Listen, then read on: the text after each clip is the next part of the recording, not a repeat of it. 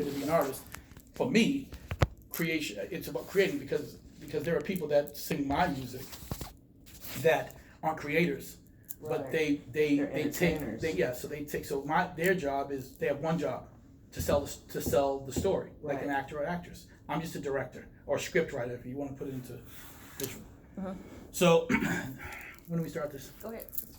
Oh, you're recording? Yeah. Yeah, I'm like, I'm digging it right now because I'm like, sometimes you see a lot of people that are hungry for it, but then their drive just kind of follows off. You know what I'm saying? Then they're not hungry. Then they're starving. That's why they're starving. They're not even starving because a starving person will fight to eat. Mm-hmm. That's not starvation. I They think will people fight to need to eat. understand, and we need to really explain what vocabulary words are to people. There's certain words that are just overused, and I don't believe that they have the right to be overused. Like what? Love, for one. Okay. Friends. Friends, definitely. Genius. That's that's a big one right Yeah. there. So, it goes on and on, but it's like, so I think what's happened is we've lowered the bar and lowered our expectations and allowed for mediocrity just because sometimes things that are mediocre become successful on a popular scale. Okay. But that's not what genius is. That could just be incredible marketing to spoon feed the masses that don't understand really what musicianship is. They understand what the game is. They understand what the trend is, but they don't understand what. So like basically, they're jumping on the trend. They're not going for. Correct. They're not going for that longevity.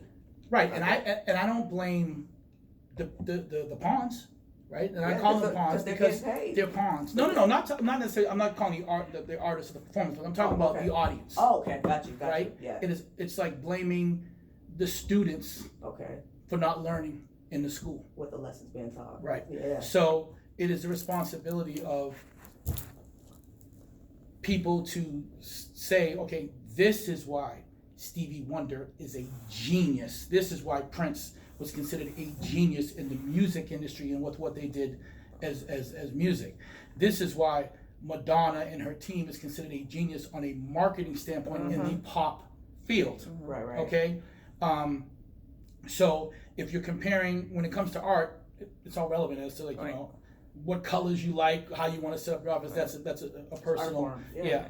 But when it comes to taking that art form and saying to other musicians, if you talk to a real musician, and when I say real musician, I mean someone that actually plays an instrument, does the shit for real. You ask them, what do you think about Prince?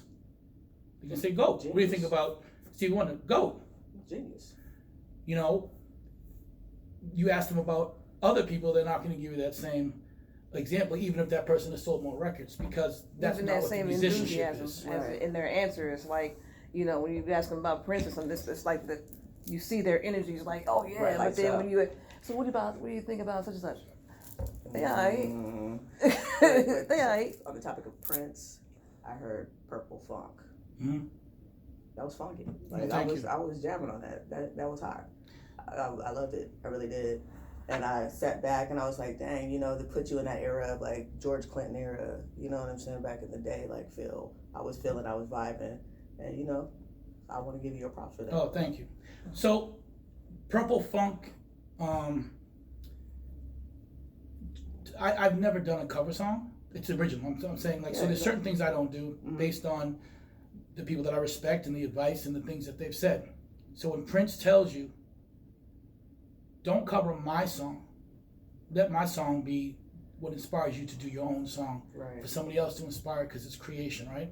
There are some people that do covers and flip them to where it's like, now this is art. Like you Right. did the shit out of this Right. cover. They make it into something totally different, but Right. it still gives homage to the original. Exactly. So, there are artists that, in China and Asia that can copy paintings, right? Yeah. But they might not be able to create a painting. And there's something to say for having an eye-hand coordination to be able to Right. copy a painting. That's a gift. Right. That is an art form, right? But what is it about that original painting that they want copied so much for the masses to be able to get it, So when they say, it's the original is really worth something. If you can take an original classic and flip it so that, and then have people go, oh my God, then you've done something on an artistic level. And to me, there's great musicians and great singers that can just copy a track. Right. So it's not that I don't respect cover song artists. My thing is, can you get them to do that with one of your original songs? Yeah, exactly. A lot of people aren't doing that these days. I can play in front of 10,000 people and play Bruno Mars and have everybody jump up and sing my lyrics, but can I get those 10,000 to do it to an original song? I'm a creator and a songwriter and a producer, and I wear a lot of hats, but it's not because I necessarily want to, it's because sometimes I have no choice. And I want to give whatever hat I'm wearing the passion and 100%, so that the birth of that child that you have in the song Yes. is no different than having a child. You want that child to get the best education they can, the best parenting they can, so that they can then become something in the real world. That's how I feel about music. Spread your wings and fly. Yes, ladies and gentlemen, so today we are talking to the award-winning producer, writer, Paris Toon. He is being featured today on Smoke Reverse Thinking. So we had already jumped into the conversation without the intro, but we got to pay some bills, so we need that intro. Smoke Reverse Thinking is brought to you by Living Vertical Radio. Once again, we're with Paris Toon. Let's get back to it. So, my thing is this. I do a lot of research. I try to anyway, and I saw that you did, you're in a group, or not actually a group. Is it your own creation of Mother's Only Child? Or Mother's Favorite Child. Mother's Favorite Child. I'm wishing I was Mother's Favorite Child right about now, but I don't think I am. But what made you get that all created and put together? Like, was that your idea, your brainchild? Yes, and I also had help. And what I mean by I've had help,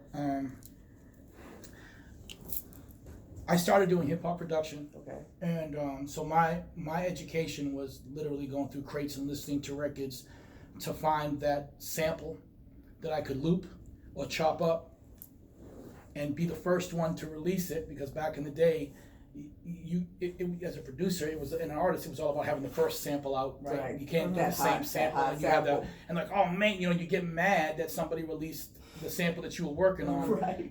Especially if it was better than yours, or if it was worse, it'd be more mad, because you're like, now they're gonna think I copied, because that's how it was back then, because it was an open market for sample and looping, right? Mm-hmm.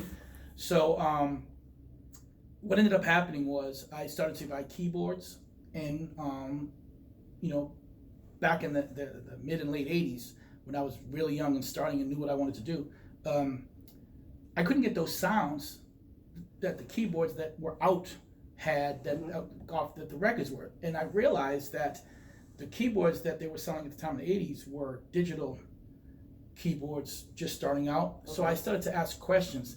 What is this sound? How did they get this sound? And I had to ask musicians, and they were older. It was two different kind of sounds. Totally different. Right. And also I learned that it was about musicianship versus programming. Okay, can you explain a little the difference between those for some people? Okay, so some people like me. So if you look at where music is today, programming.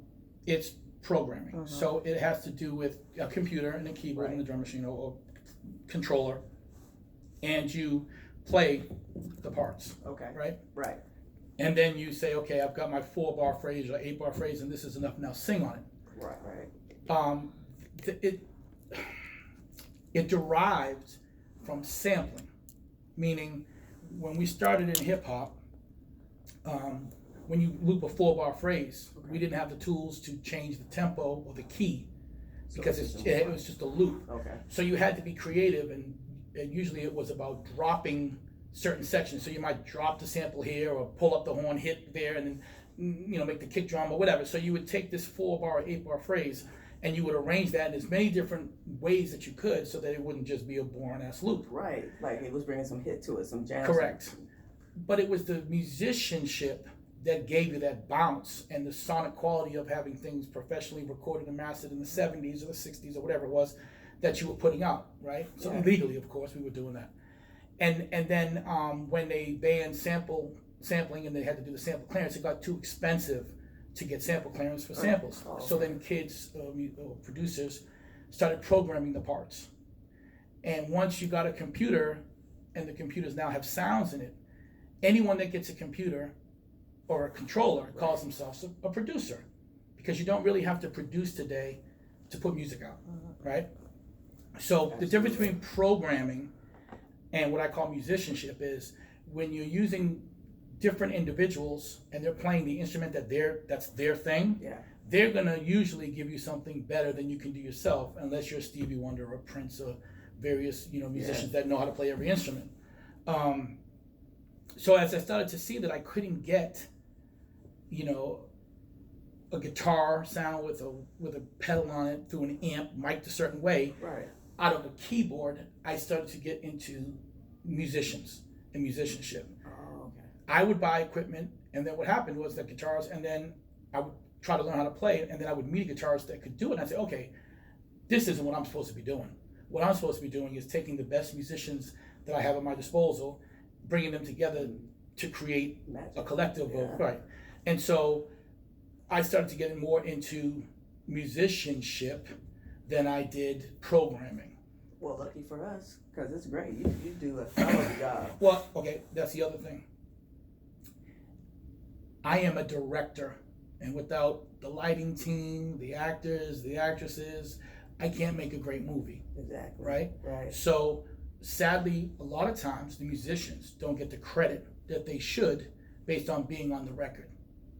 The credit that I get is I'm the one that had the sex, who came up with the idea to have the sex. So I got the foreplay, Right. I got the sex. Right. The orgasm is when it's mixed and mastered, right? I hope I can talk about this kind of You stuff. good. You good. Okay. We adults here. So okay, let's make sure. For real, I'll wait on the bank to come out. Right. So a lot of times the musicians don't get, and that's been the history of music. If you look at like Motown records, Yeah, they don't get the credit. They don't get the credits. Yeah. So on all my records, on what they call meta tags now, all their names are in there. And if they choose to create their own page and they can be tagged in all the releases, Oh, that's okay. up to them, right? Mm-hmm. And so I think what I do well is I'm able to articulate what I want from nothing, like a creation in my Right. head, and then collaborate with others to take what they do best and enhance what it is that I'm putting together. It's like a well-oiled machine. You got all the parts. And that's what I do. And every song could be a different part or different musician based on what they do great. And a lot of times when I finish a song, like I could play you some stuff that I'm literally mixed today. Definitely. The musicians don't even remember playing on it, because what I do is I create jam sessions, and then I go back to the old school ways of how I used to chop up samples. Wow. So the way that I produce is I go into the sonic sound of, if I was 13 again, what would I want to be able to sample? That's true. And I make my sound according to the sounds that I couldn't get, or those taking the drums off of a jazz record that had bass in it, so I couldn't Yeah. separate it. How would I get that sound and have my own tracks of just the drums?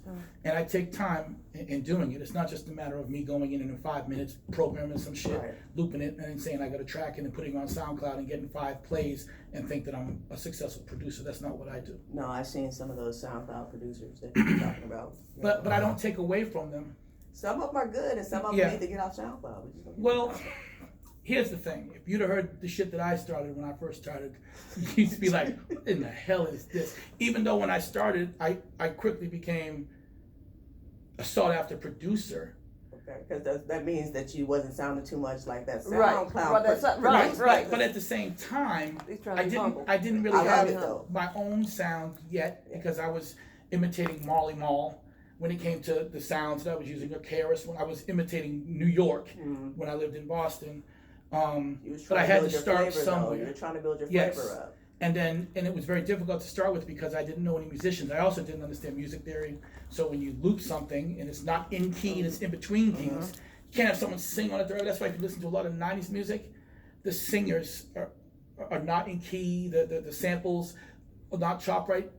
The average listener probably won't know this, but the producer, like I'll hear things, I'll be like, how did they let that come out with that horrible chop?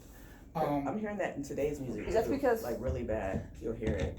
That's because I always say like in the 80s. The 80s were the reason why I love 80s is so much is because they were just so free with what they did. They didn't limit themselves. If it sounded like a good mix, or if it was something that they throw in there and they were like, I think that might make it, that's what they did. Versus the 90s I think compares to what you're talking about by becoming programmed and not really like doing. The 90s felt kind of rushed. It was like everybody was trying to be put on in the 90s. I see more like hip hop in the 90s. I really didn't see like a real. No, there was a lot of R&B in the 90s. You saw R&B, but it wasn't as good as back in the day R&B. Okay, well, okay, so I think I can explain it, or I can give you my opinion on that. We'll take this office space. Right. There's nothing in here. Smithton is nothing in. All the walls are white. Right. And the carpet is beige. You have a clean slate to create whatever the hell you want, right? Right. So, let's just say that there's no furniture stores, and you have a carpenter and a painter that has to mix colors. There's nothing to go on, right? Just some ideas. Right. It's open. You can do whatever you want. No one's going to tell you, don't paint this neon orange, don't paint that neon green, because that's not. You just do it, and then whatever happens is what happens, because it's birthing something that has never been before. Right. Then eventually, when that thing becomes successful, people come into the office. Oh, I like this idea. Oh, I like that. Now all of a sudden, they're going home to their white walls and beige carpets, and they're going to take different things that they think are successful.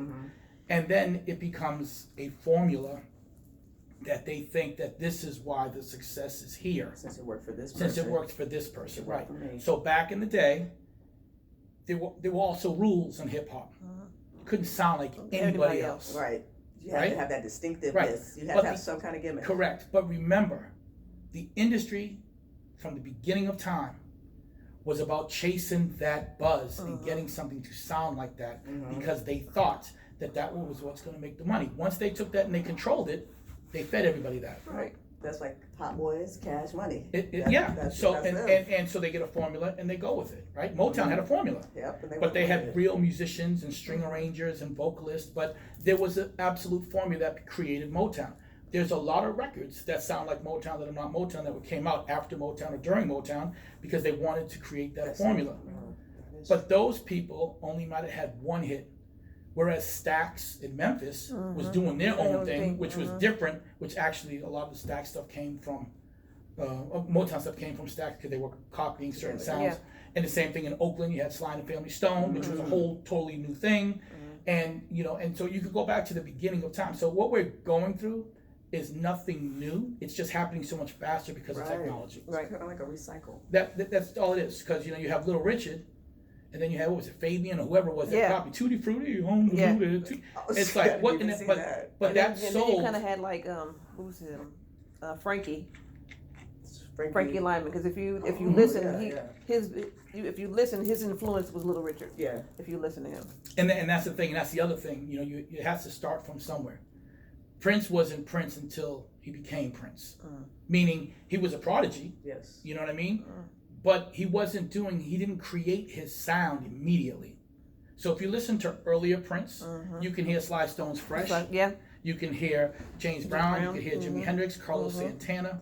His songwriting had to do from, other songs. Right. So and then it wasn't really until 1999 and those synthesizers came out, and his visual branding and that energy that only he has. That project that said, okay, that Mamba mentality, he got booed off the stage. It was Dirty Mind for me. I'm talking about commercially. Oh, okay. Dirty. Yeah. There were Prince fans before 1999. Yeah. As far as sonically to get to that, so what people don't realize is, the beef with Michael Jackson and Prince was competition. See, people don't, if they knew their history, they would see. Wasn't Michael supposed to have a song or something, or they were supposed to do a duet or something like that? I heard. No, Michael did Bad, and they wanted Prince in the video to play Wesley Snipes' part. No way. That's what it was. That's bad. Yeah. And he said, "Oh hell no." Yeah. I don't think he could have pulled that off. Didn't he say, "I'm not saying it's bad to no grown ass man." Right. Yeah. Okay. So Prince respected Michael's his art. Yeah.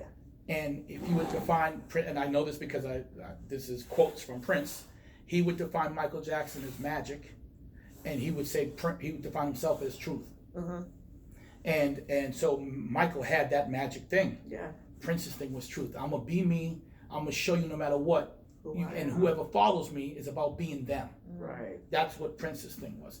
That's based on quotes from his interviews and things, not based on me and telling you personally. I'm just saying, like, based on him saying, and it could have been a bunch of bullshit, but when he did the interview, he was pretty much he's pretty much transparent. He based on point blank. The deal, like, he wasn't really sugarcoating too much in his interviews that I would watch. Correct. So it was just so the competition. It was an industry thing, right? His real competitor, people don't realize this, that aren't true Prince fans and know history, was Rick James. Rick James? Yeah. Wow. Well, yeah, because he's another rocker, another sexy guy. No. That's not it. They had a deep It was a personal thing. It was a beef. Yeah. The two dudes with the high heel boots. When you think of Prince, Rick James didn't have high heel boots. I thought he wore the high heel boots. No, he wore the knee-high boots, but they weren't heels. He wore the knee-high men boots, but it wasn't like heels like pirate-looking boots. We'll let him get away with that. So basically, there's this personal stuff that's in there, which and they Rick James was crazy as you. Yes. So James was so the reality is part of what happened was usually with beef and wars starts with one or two things, right? It's two egos and usually a woman. Exactly. That woman was vanity. Oh yeah. Prince took vanity from Rick James. What? That was number one. Wow. Yeah. Number two was Prince used to open for Rick James. See, what people don't realize is live performances back then was a whole different thing. Yeah. You went out there like you were two basketball players going at it. It's like, you're gonna have me open? Well, I'm gonna burn this stage. I'm gonna shut it down. So you better come. And Rick James like, bring it. Like let's do it. And that's the same beef that the time and Prince had. Because Prince felt like he should have been the main act, probably. No. I wonder. No. Prince just showed him up all the time. Goodness, that is wow. You learn something new every day. I did not know that. And that's how that happened. So because Prince. I mean, he was young and hungry. Yeah, I understand. So it wasn't really like and this is just my opinion. Yeah. So it's not like a quote, but I don't think he was really looking to upstage him. It was just that he was hungry. But when Vanity got involved, it became something totally different. It was already beef at that point because Rick was, the big star before, and then Prince was his opening act. So when your opening act is upstaging you, and then backstage you see your girlfriend talking to him, it's like wait. So I don't care if you upstage me. It's the woman. Right. Or actually for Prince, Rick, I don't care if it's the woman. You're not upstaging me, I think, for Rick. Because Rick he had a whole bunch of play. So when Prince met Vanity, I believe it was at the American Music Awards. Now, so think about this. See, people don't ask the right questions. Vanity wasn't Vanity until she met Prince, right? As far as an artist. What the hell was she doing at the American Music Awards? Who was she with at the American Music Awards? Rick James. Prince went to the bathroom, followed her to the bathroom, went in the bathroom, and did the introduction. Prince followed her into the restroom? Yes. Mr. Steal Your Girl? Yes. Oh, and then, man. I ain't mad at him because she's the reason I got into music. I ain't mad at him either, but I'm like, he was really going to slide in here real quick. And that was it. And the song Little Red Corvette. Yeah, that was Vanity. About her? Yeah. Wow. Wait a minute now. I thought, hold on. Wow. Well, I like me some Little Red Corvette. No. I thought, actually, okay, so did he write it for two people? Because they're saying that actually it was for Stevie Nicks. Wow. Little Red Corvette he had was the women. written. No, he didn't date Stevie Nicks. Him and Stevie Nicks was close though. Was written. He was written about Vanity. Okay. Wow. Okay. Vanity was fast. Oh, I bet. She did drugs.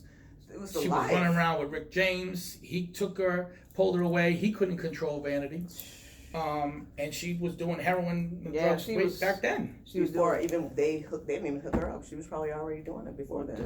Just like Bobby Brown didn't hook Whitney up. No. He was just already doing it. It was just but everybody wanted to say it differently because of the who's Whitney the everybody? Was so pure. But who's the everybody? Well, I'm just saying how much was Bobby Brown worth? 20 million. How much was Whitney Houston worth?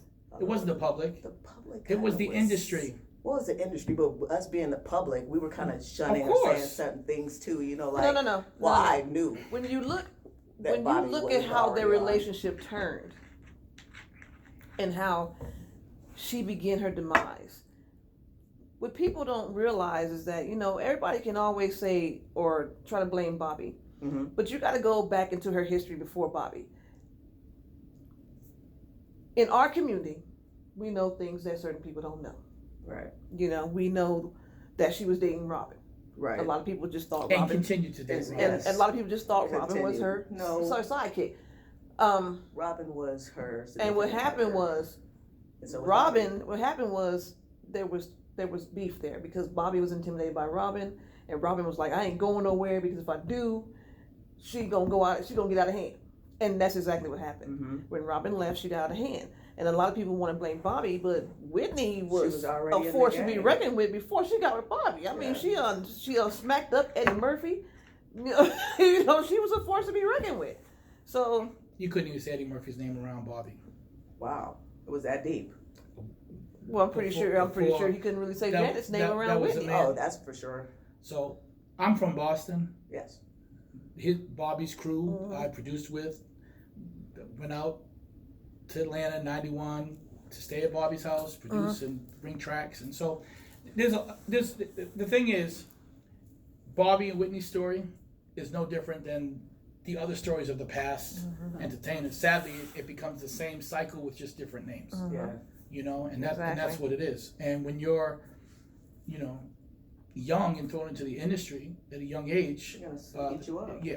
And trying to make we were talking about and then you're trying to make everybody happy. Ago, and then you're trying to make everybody else happy instead of being happy for yourself. Right. You know what I'm saying? You're trying to make your mom happy. We're touching base on a conversation like that about the whole thing, like, you know, everybody, because they're in the eye. You know, that's because your neighbor's doing the same shit. Yeah, exactly. It's just like Bobby and Whitney. I mean, yeah. It'd be no different than Jay-Z and Beyonce, but they shut that shit down. Or they make a freaking duo album and whatever it is, out, right? You know? But it's like you do whatever it is you got to do to protect your brand and your family. And quite honestly, sadly, you know, I know a lot of iconic artists. When I say icons, I mean people that have been in the business 50, 60 years, worth $300 million, and the ones that are older appreciate things more because of they didn't have. Right. So you got some people that are in their 70s. You're like, why are they still singing? They don't need the money. A lot of them don't need the money. The iconic ones. They don't know anything different, and they'll tell you, if I turned down $100,000 a show, my father would be rolling in his grave because they didn't have a dollar to give them bus fare to get to the gig. Right. And now you're going to turn down $100,000 show, and it becomes their social life. It merges. Like, they'll tell you, I'm not gonna say names, but they'll tell you the artist is bigger than the human, which is sad. Yeah, because it's the truth. Expected, right? Especially expected of you. So Prince, the artist, is bigger than the human being as far as the world is concerned. Exactly. You know, it is because he's God right now, and everybody still loves him, talks about them. You know, that's the perfect segue. That's the perfect segue. So, what are your opinions? I always had the opinion that stars, their music overseas is treated a lot more with respect and fandom than they do here. Because I always said that the United States is so finicky when it comes to, today I love you, but you come out with one album that just got one hit on it, let me go to this one. Versus overseas, they still pumping Sam Cooke and they're faithful. Old Shaka Khan, and you know. So, what is your opinion about the dynamic in that? There's a few different situations. It's cause and effect. So, when we're used to something and we can do something, we don't see it as something so great and spectacular because we've had it our whole life. There's a certain expectation, right? So when you have different cultures, America is new compared to everywhere else, and that's the one thing that we have to remember. So when it comes to art, American art is black art, right? In America, when it comes to jazz is the blues. If you look at Europe, you can't fuck with their art and the depths of the culture and how they teach and what they feel about jazz and those different things. We are jump on the bandwagon stuff, but it also has become somewhat of that in Europe. But the difference is Europeans know what musicianship is. Right. They'll go to a Jay-Z concert and pump their fists up, and he'll do incredible. But they'll also go to a Frankie Beverly and Mays concert and do the same thing. Mm-hmm. You know what I mean? If Frankie decides, goes to Europe or whatever. So, to give you an example, Mother's Favorite Child, my money's made overseas. My fans are overseas. Right. Even though I'll make the Billboard charts here, I can't maintain that in America because there's not a platform for my kind of music in America. But it should be. It's supply and demand. Cocaine and heroin shouldn't be, but what am I going to say? So I look at it as, I got all his stuff, so I didn't think about that. The demand is, people go with the demand, right? Because they want that gross margin profit, right? And they want the masses. Whereas I have said, okay, one-hit wonders can work for 25 years and do the same song for 25 years and get paid and make a living. But they got to keep doing that one song. Right. Whereas I can continue to create records, and it might take me longer to maintain or get the money that they make, but I'm able to create new things. Right. You're not just stuck on one particular thing. You can continue to like spread your songs out to different. And I used to say that because people would say, why does Cisco always go overseas? He's always, every time I turn around, he's in China. He's getting paid $100,000 just to do the thong songs. Right. Like people get upset and like, how come you guys, Mother's Favorite Child doesn't want to play or don't play? I said, oh, we do. We just play with the big acts. But we have to separate and play with a Justin Timberlake or a Jill Scott because people aren't going to pay for what it is that I do. Your worth here, to a certain degree. I don't see. Here's my thing. What I don't do is I've learned. I either have to create something that's never been created that people will jump on. This is America, or I have to follow the trend and jump into the vicious, jump on circle. That bandwagon. And hopefully get hold on. And that's not who I am. So it's kind of like, I think just in general in society we concentrate on the people that aren't clicking like, you know what I mean? Then following with the people say, you know what? If there's 1 million people that want to see me, and they're all in different countries, let me go after them rather than try to build something in America when I don't need to force them. Right. I'll always speak up for America and where my music comes from because that's where it comes from. Exactly. But you know who's feeding you right now, and it's not here. Yeah, and quite honestly, I'm cooking in my house, and whoever comes over or wants my food or orders it can have it, right? That's what it is. That's what I'm saying. I'm not going to go here and say, shut that Drake shit off because this isn't what you should be listening to. No, and the reality is, if you look at the industry, and people also forget this, it's young, right? Yes. I had KRS-One, Rakim, Big Daddy Kane, right? They don't want that. That's old. They had Drake and these mumble rappers. Future, right. So my thing is, they've taken the marketing and taken it to the next level. As far as the artistry, that's where I feel we're dropping the ball. Yes, we are, because there's a lot of good artists coming out. Gregory Porter, dope. And then you have a lot of the young girls that are actually. It's so funny because you have Sabrina Claudio. There's another one. They are trying to bring back. Everything comes in cycles. They're trying to, but it's funny because usually when they come in cycles, it's usually you see the males coming in cycles faster than you would females.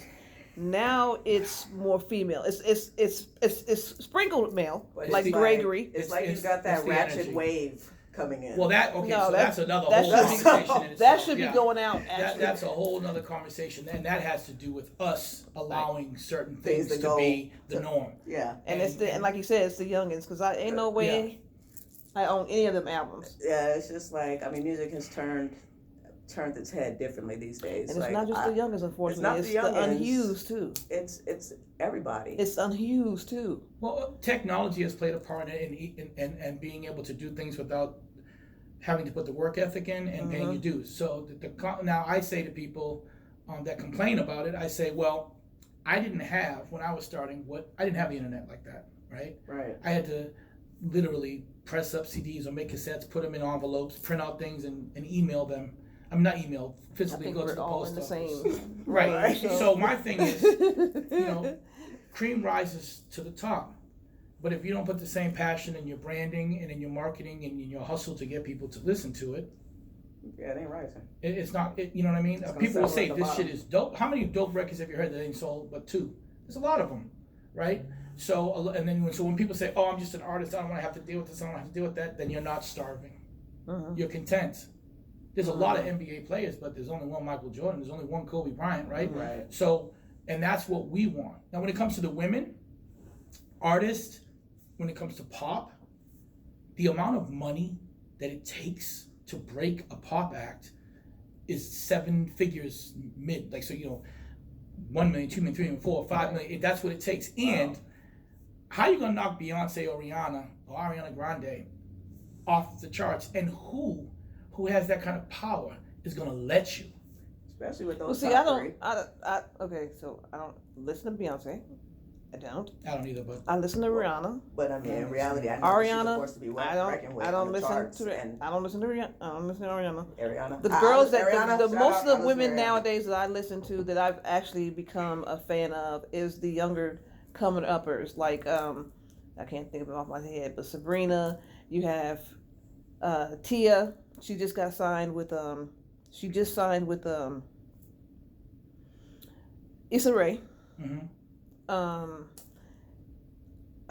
There's a couple. I don't listen to that wave of females that was like 2 or 3 years ago where they would do it was drum machines and a lot of waves and I don't listen to them. I'm actually going toward more. I'm just glad Missy's back. That's I all don't. I'm saying. But that's your ears. That's what your ears were.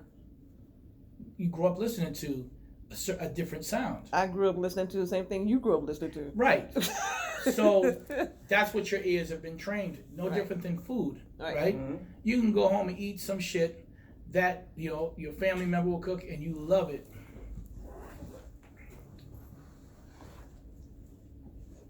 And you can love it, but it's not something that somebody else might love. Yeah, because and you're right. And you're right. That's like when you listen to old records, right? Right. And back then they really couldn't start all over again. So if you're listening to you listen to old records and you hear like the ambulance outside or cops and you hear the lights and it's like, did I just hear that? That's right. And it's like, yeah, you just heard it because they couldn't start all over again. They had to just go through. You hear like pretty So- much the backdrop, like that roller coaster. That's that myth. That's that myth track, roller coaster of love. And every time I used to like really try to do you hear women screaming in the backdrop? Do you hear screaming? I'm like, you'll trip yourself out because I swear I heard a woman screaming. Then I heard it again. I'm like, I don't hear nothing. So I mean, that's just like Marvin Gaye. After all his songs, he would put a little innuendo on his song. Like if you listen to Sexual Healing Mm-hmm. and you listen to the complete track, at the end, So he's like, please don't procrastinate. I refuse to masturbate. oh, I'm missing out. Yeah, that's like when you leave the movie theater when you can those hear last that. credits pop up. You can hear that. You can hear. It's not going to be on radio, of course. Yeah. But if you play it from the original track, you'll hear that. Just like you hear "Dumb Bitch" in "A Piece of My Love" in the beginning. Wow. You don't. You No. never. Okay, so you're gonna go home and listen to everything again. Yeah, But I'm yeah, like, if you I'm gonna listen to replay. "Piece of My Love" by Guy, in the beginning, Wow. he says "Dumb Bitch." Wow. See, they be throwing in the little